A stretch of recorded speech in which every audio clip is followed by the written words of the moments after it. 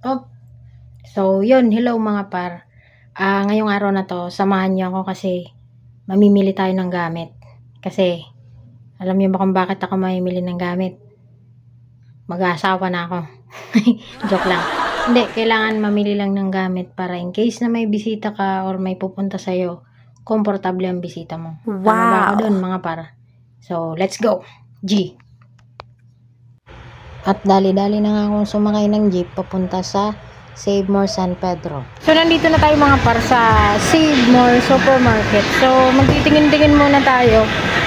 Marami kasi dito ang pagpipilian. Yan, may mga price na rin. Pero, yun nga lang, kasya nga lang pang isang tao yan mga par. Ayan. Sobrang kapal din naman. So, yun, pipili muna tayo na. Mga par, ito nga yung nagustuhan ko. Kasi kulay blue. So, papunta na ako sa counter.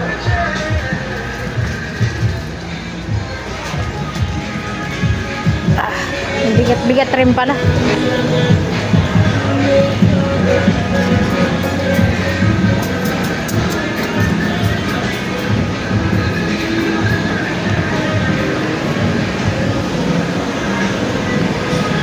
At ayun na nga mga par, ay nakabili na nga ako ng kutsyon.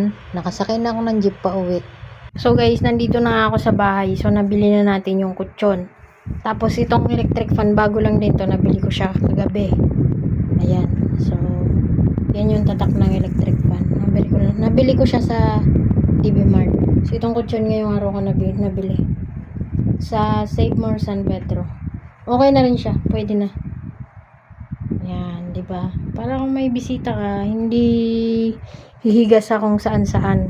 Maganda yung komportable ang bisita mo. Tama ba ako doon? So yun lang, salamat sa inyo mga para. Pasensya na kung matagal ako mag-upload ng mga video kasi sobrang busy lang po talaga ako. So thank you sa panonood nyo. Thank you Lord. Amen.